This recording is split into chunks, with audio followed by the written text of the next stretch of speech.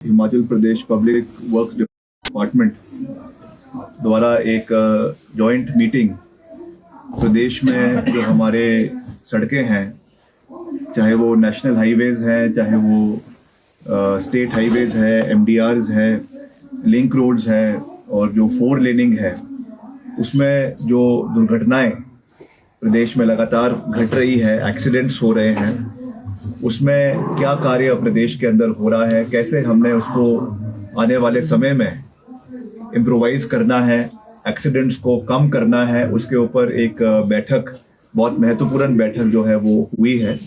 और ऐसा नहीं है कि पूर्व में इसमें कार्य नहीं हुआ है। पूर्व में भी अगर मैं आंकड़ों को भी देखूं तो 2017 में जो एक्सीडेंट्स थे वो 3114 एक्सीडेंट्स हुए थे, जो घटकर अब 2022 में 2597 एक्सीडेंट्स प्रदेश के अंदर हुए हैं। और डेथ्स भी वैसे आपके 1203 2017 में हुई थी, जो अब कम होकर 1032 जो है वो हुई है। इंजरीज भी आपकी 5400 से घटकर करीबन 4100 के करीबन रह गई। मगर अभी भी हमको इसमें बहुत काम प्रदेश के अंदर करने की आवश्यकता है। इसलिए हमारे जो कई ऐसे जिले हैं, आज एक इस पे प्रेजेंटेशन भी हुई हिमाचल प्रदेश पुलिस द्वारा, जिसमें खास करके जो हमारे हाई प्रोन डिस्ट्रिक्ट्स है, जहाँ पे ज्यादा एक्सीडेंट्स हो रहे हैं। और एक्सीडेंट्स जैसा आप जानते हैं कि 2 किस्म के एक्सीडेंट्स है जिसपे ज्यादा फेटिलिटीज होती है। एक आपकी जो गाड़ियां सड़कों से, पहाड़ियों से नीचे गिर जाती है, जिसमें काफी जान माल का नुकसान होता है। और दूसरा जो आपका हेड ऑन कोलिजन्स जो है ओवर स्पीडिंग की वजह से होता है। इसमें भी आंकड़े देखने को साफ मिले हैं कि जो आपके लोअर बेल्ट्स है, आपका जिला कांगड़ा है, ऊना है, Hamirpur to a limited extent, और जो आपका इंडस्ट्रियल एरिया है बद्दी का, नालागढ़ का, वहां पे बहुत हमको ओवर स्पीडिंग की वजह से एक्सीडेंट्स देखने को मिले हैं। और वैसे जो हमारे दूर दराज के इलाके हैं, चाहे वो किन्नौर है या शिमला है, सिरमौर के कुछ ऐसे हिस्से हैं, चंबा के कुछ ऐसे हिस्से हैं जहाँ पे ब्लैक स्पॉट्स आइडेंटिफाई भी किए, उन पे काम भी हुआ है।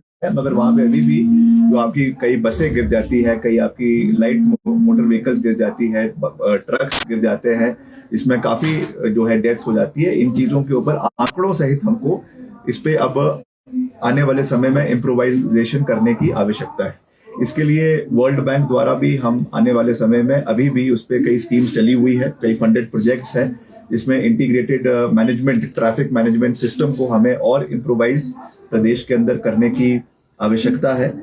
डिपार्टमेंट द्वारा जो है करीबन पीडब्ल्यूडी डिपार्टमेंट द्वारा 6509 आपके ब्लैक स्पॉट्स जो है वो HPPWD ने, यानी हमारे डिपार्टमेंट ने और हिमाचल प्रदेश पुलिस ने आइडेंटिफाई किए थे, जिसमें से 5350 ब्लैक स्पॉट्स पे काम किया जा चुका है।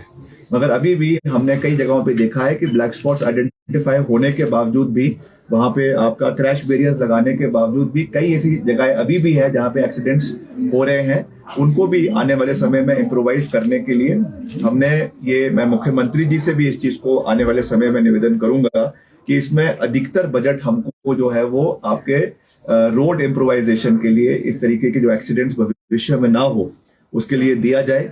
और जो हमारी नेशनल हाईवे की सड़कें हैं उसके लिए हम ministry of road surface and transport मॉर्थ है, उनसे भी निवेदन करेंगे कि इसमें ज्यादा फंडिंग जो है वो ब्लैक स्पॉट्स के लिए दी जाए, जहाँ पे हम ज्यादा से ज्यादा सेफ्टी मेजर्स आने वाले समय में जो है वो ले सके, ताकि एक्सीडेंट्स की जो हमारी जो नंबर्स है, फिगर्स है, उनको हम आने वाले समय में कम कर सके। इसके साथ जो हमारा पुलिसिंग है, as far as traffic management is concern, ये कंसर्न्स आज हमारे माननीय डीजीपी साहब ने भी रेज किए हैं कि हमको पर्टिकुलरली जो है वो ट्रैफिक जो हमारा अपैरेटस है पुलिस डिपार्टमेंट में, उसको और मजबूत करने की आवश्यकता है।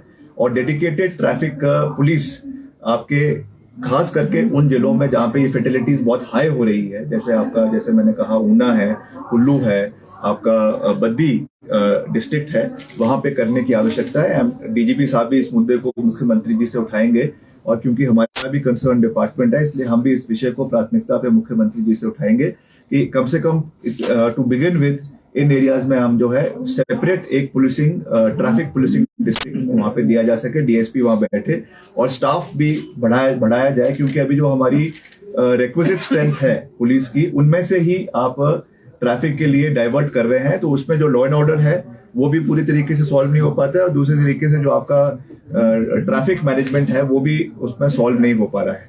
और इन जो डेडिकेटेड रोड्स है इसमें आपको जो है गाड़ियां जो है आपकी ट्रैफिक मैनेजमेंट के लिए पीसीआर व्हीकल से हटकर भी आवश्यकता है, वो उसके लिए भी अभी गाड़ियां बहुत कम है डिपार्टमेंट के पास।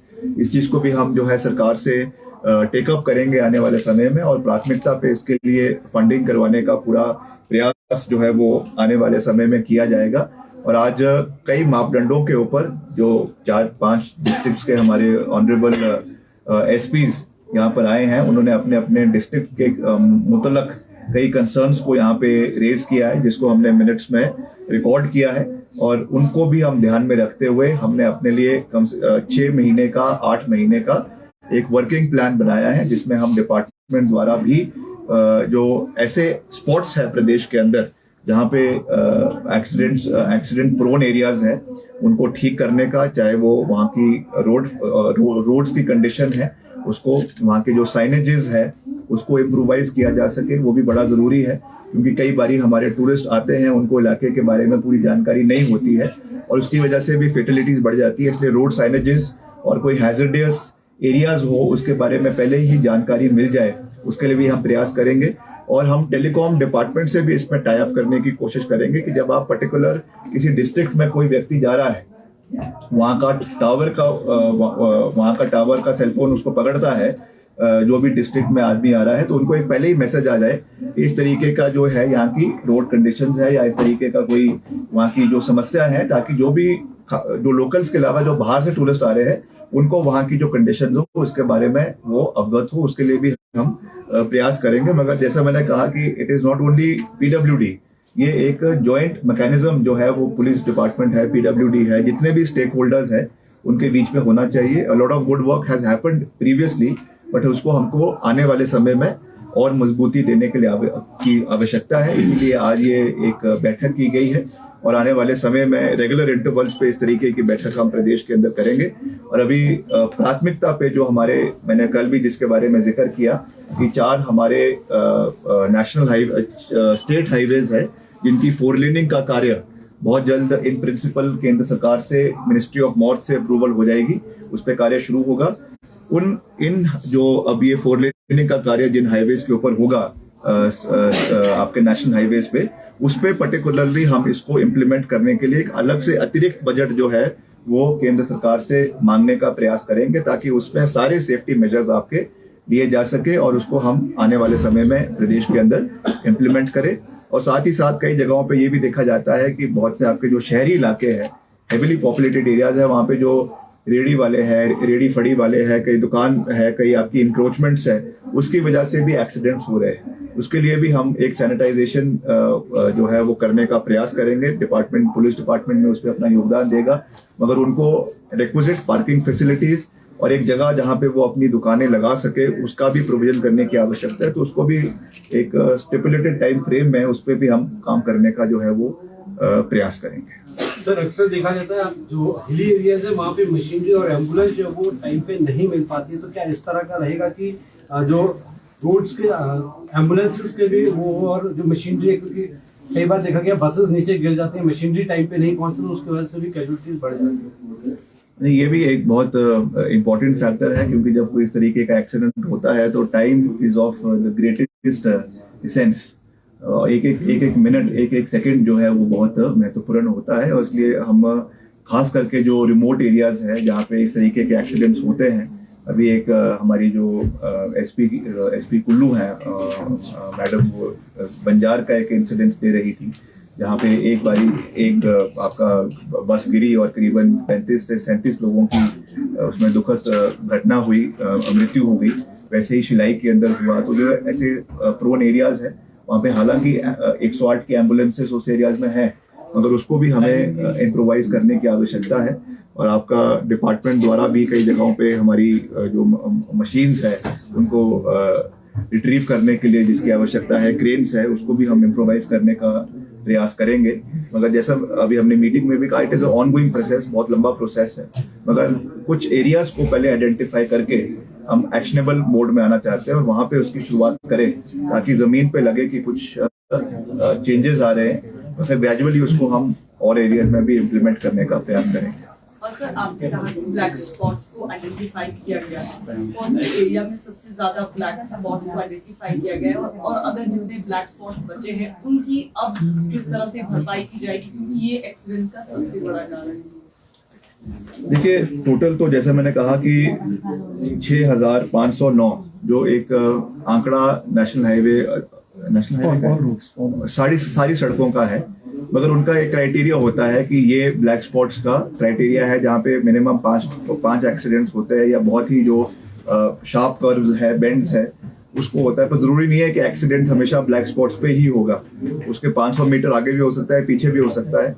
पर हमारा फर्स्ट प्रायोरिटी जो है उन पे कार्य करने की आवश्यकता है, और उसमें मुझे खुशी है कि उसमें 6,509 में से 5,350 पे कार्य हो चुका है, और उनपे जो है वो रेलिंग, आपकी क्रैश बैरियर्स लगाए जा चुके हैं। मगर अभी भी हमको उस पर बहुत काम करने की आवश्यकता है, तो उस पर हम आने वाले समय में और ऐसी जगहें को आइडेंटिफाई करेंगे। और मैंने ये भी एक निवेदन किया है जिसपे हम अपने मुख्यमंत्री जी से भी मैं निवेदन करूंगा, कैबिनेट कलीग से भी करूंगा, कि हमको एक अवेयरनेस ड्राइव क्रिएट करने की आवश्यकता है। क्योंकि देखिए, ये कार्य तब तक ही पूरा नहीं हो सकता जब तक इसमें डिपार्टमेंट्स इनिशिएटिव ले।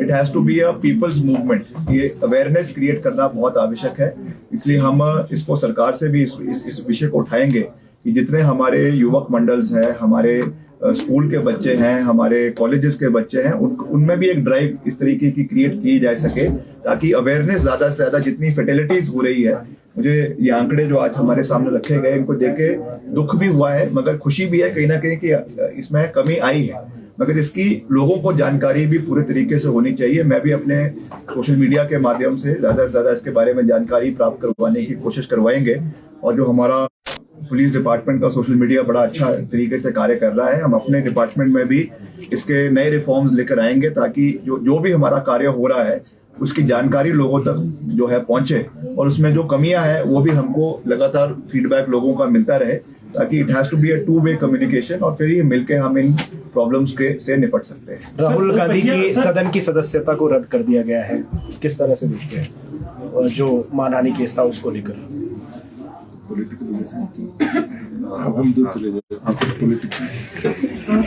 सर, दुपहिया वाहन सड़कों पर दुपहिया वाहनों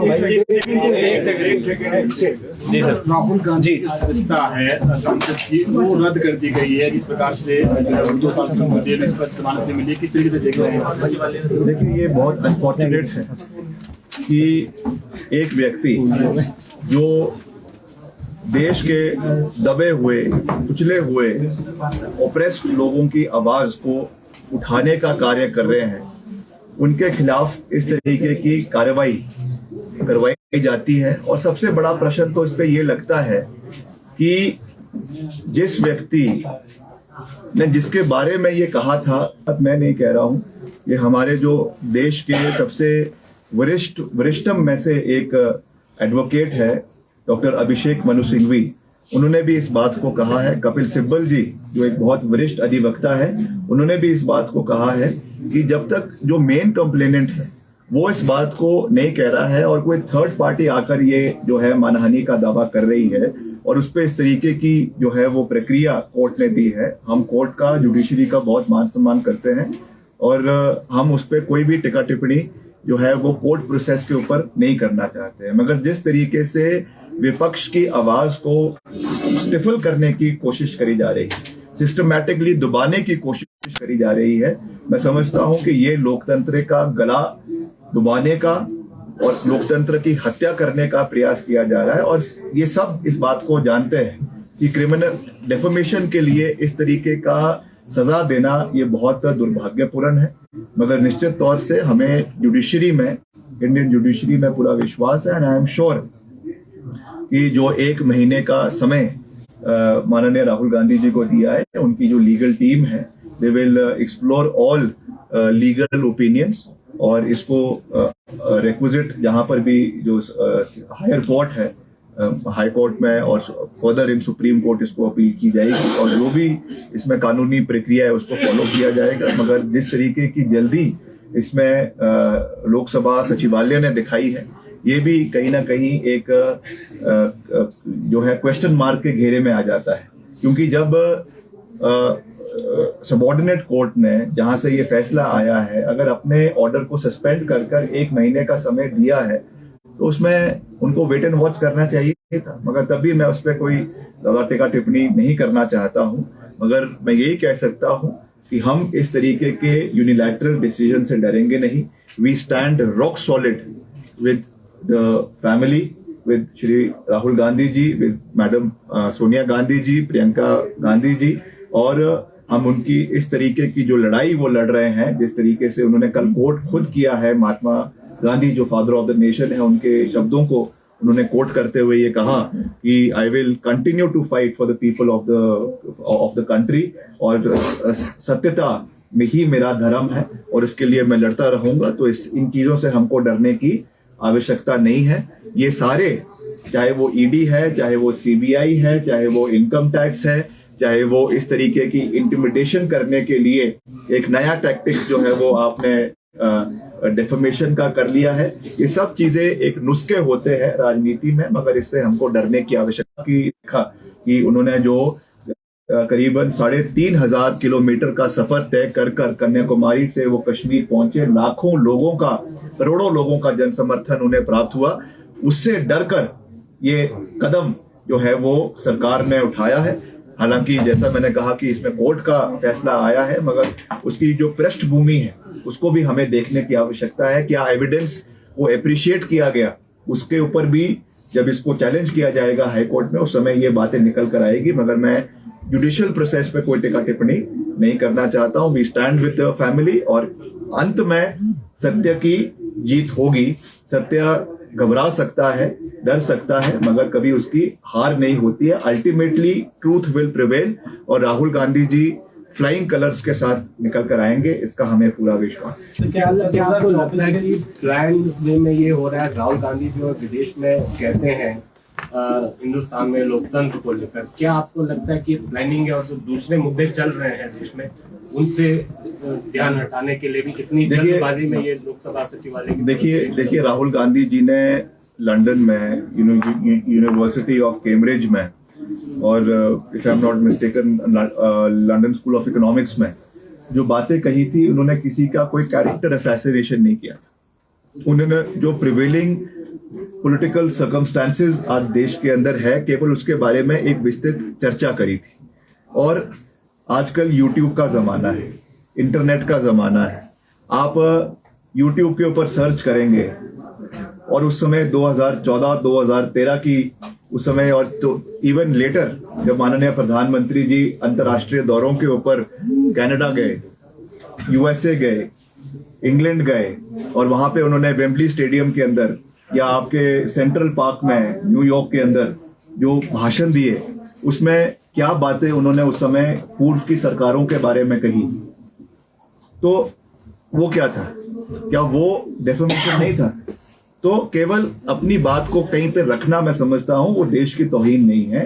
उन्होंने हमेशा देश हित के लिए लड़ाई लड़ी है और आगे भी लड़ते रहेंगे। और ये पूरे तरीके से जो ये माहौल देश के अंदर बना, खास करके जो ये भारत जोड़ो यात्रा का बना, जिस तरीके का जन सलाह निकल कर आया, उससे घबराकर मुद्दों से हटाने के लिए, और अभी जो अदानी हिंडनबर्ग इशू निकल कर आया, जिसमें आपने देखा किस तरीके से अदानी का जो है शेयर मार्केट वैल्यू गिरी, किस तरीके से इसमें एक्सपोजे हुआ, उससे लोगों का ध्यान भटकाने के लिए, उससे हटाने के लिए इस तरीके की ये कार्रवाई करी गई है।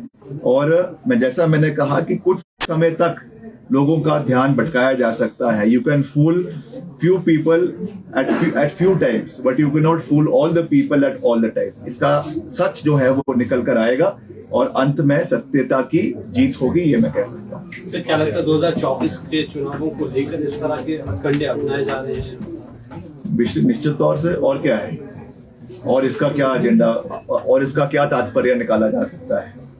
ये तो इलेक्शन के ही दिनों में ही होता है, और ऐसा नहीं है कि राहुल गांधी जी के ऊपर ही ये डेफेमेशन के केस हुए। अगर आप हिमाचल का इतिहास भी पकड़ ले तो अक्सर मेरे पिताजी धूमल साहब के ऊपर डेफेमेशन करते थे और धूमल साहब मेरे पिताजी के ऊपर करते थे। मेरे ऊपर भी क्रिमिनल डेफेमेशन का केस चला हुआ है। चुनावों के समय में हमने भी कई बातें कही, डॉक्टर राजीव बिंदल जी ने मेरे ऊपर भी केस चला हुआ है। तो ये तो कोई बड़ी बात नहीं है। हमने चुनावों में जो मुद्दे उठाए हैं उसको लेकर अगर आप किसी को जेल में डालने की प्रक्रिया शुरू कर देंगे तो ये केवल जनता की आवाज को, विपक्ष की आवाज को दबाने की बात है। और अगर आप विपक्ष की आवाज को ही दबा देंगे सरकार के अंदर, देश के अंदर, तो लोगों के मुद्दे कौन उठाएगा? तो इसको उस परिप्रेक्ष्य से देखने की आवश्यकता है। तो ये कोई बड़ी बात नहीं है, अंत में सत्य की जीत होगी।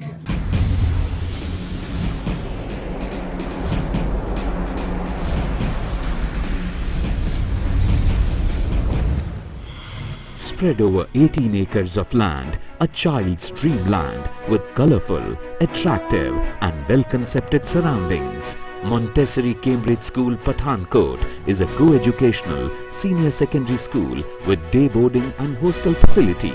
CBSE affiliated school has classes from pre-nursery to class 12 with all 3 streams. Montessori wing is designed with rich learning material and scope for creative activities. Content of curriculum is carefully examined and delivered. Less able pupils in particular are motivated. All-round personality of a child is developed through smart classes, well-equipped labs and library. Extracurricular activities, competitions, stage, playfield and excursions. Activities at NCS are fun with purpose. Admission open from pre-nursery to class 11. A school that understands children. Montessori Cambridge School, Pathankot.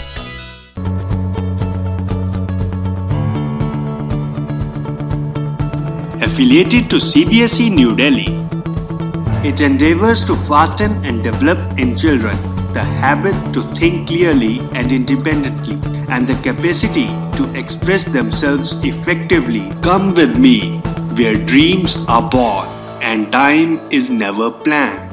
The school aims at providing the quality education and strives to meet the challenging needs of providing comprehensive education to develop the various aspects of a child's personality. Our aim is to impart quality education on most modern lines, to provide most congenial environment to all-round development of children and arouse in them the keen thirst of knowledge and learning. Emphasis is also laid on character building, self-discipline and development of creative and social facilities, curricular and co-curricular activities that the children are encouraged to take up. Sports game. The school does not believe in making decision for the child, but teaches the child make his own decision. Yoga, sparkle of life. Greenland Public School, Kandrodi Road, Surajpur near Damtal, tehsil Indora, district Kangra, Himachal Pradesh. महंगाई की मार पर अब होगा वार। पठानकोट में पहली बार designer suits, kurtis और fabrics, सबसे सस्ता, सबसे अच्छा। Defence road, Mamun, Pathankot. Contact 9614196141।